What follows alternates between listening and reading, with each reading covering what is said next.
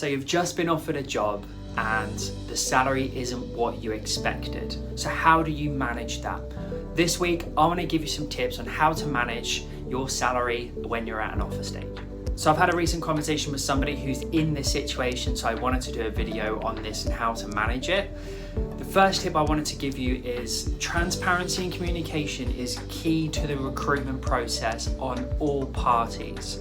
If you're transparent from the start and you have a clear expectations of what your salary is, you're going to have a lot better process and experience when you get to the end when that offer comes. The reason why is if the other side of the party, so the employer, has clear communication and understanding, they know what your expectations are, so they're going to try and meet that. I do want to stress that having a negotiation on your salary at the end of the recruitment process is the worst time to have that conversation. So try and mitigate that as much as you possibly can. I understand it's out of people's control. There may be a misalignment there, so you do need to have that conversation, hence why I'm doing this video. But if you can get your salary negotiation at the very start, then that would be the best time for you to have that conversation. So let's get into it. You've been offered a role, the salary is a little bit under what you expected. My first recommendation would be to keep positive and upbeat.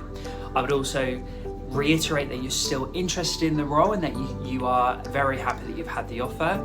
However, ask them if they would be open to a negotiation on the salary. Most of the time businesses will say yes, they're open to it, so then you can have that conversation. If they say no, there's no negotiation, we have no budget, then you need to make that decision whether you're going to go forward there and then. There's no point committing to a position if you're just not going to accept it. So let's say the business has said yes, we're open, what would you like to have a conversation about? You need to then go away and do your research, get some insights of what a realistic salary expectation is for the role. Then you can go back to that business and say, based off my research, I can see this role is sitting around X salary. If the business then comes back with an offer and it's better, then at least you'll get more than what you first got offered. If they don't and say no, then again, you have to make that decision.